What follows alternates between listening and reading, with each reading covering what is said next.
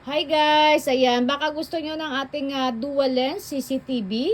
Available yan sa ating link. Ilalagay ko yung link sa basket natin guys. Diyan sa video natin ilalagay ko. Baka interested kayo dito. Dual lens po yung ating CCTV. 360 degrees ang ikot neto. Ayan. May speaker na rin po siya guys.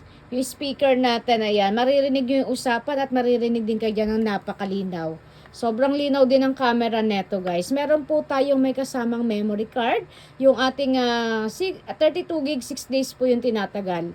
Yung 256 naman natin ay almost 2 months. Ayan guys.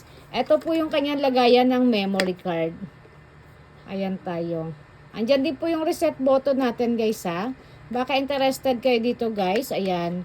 Ilalagay ko yung link guys. Sobrang linaw neto. Napakadali lang po niyang gamitin at madali lang po siyang i-install. Ito po yung kasama niyang wire. Yung saksakan. May manual din po tayo guys ha. Ayan yung manual natin. Meron din tayong screw. Ayan po. Check natin guys. Ayan. Sulit na sulit kayo dyan. Saka umiilaw po yan. 4K na rin yan guys ha. Napakalinaw niyan. Ayan po. Full HD na tayo dito. Ayan siya guys. One set po tayo.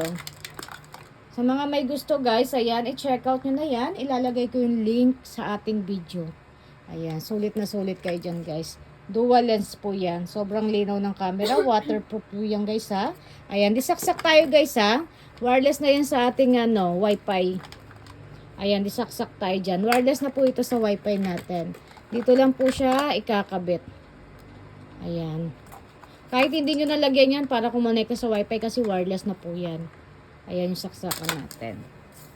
Ayan. Check out na kayo sa ating link.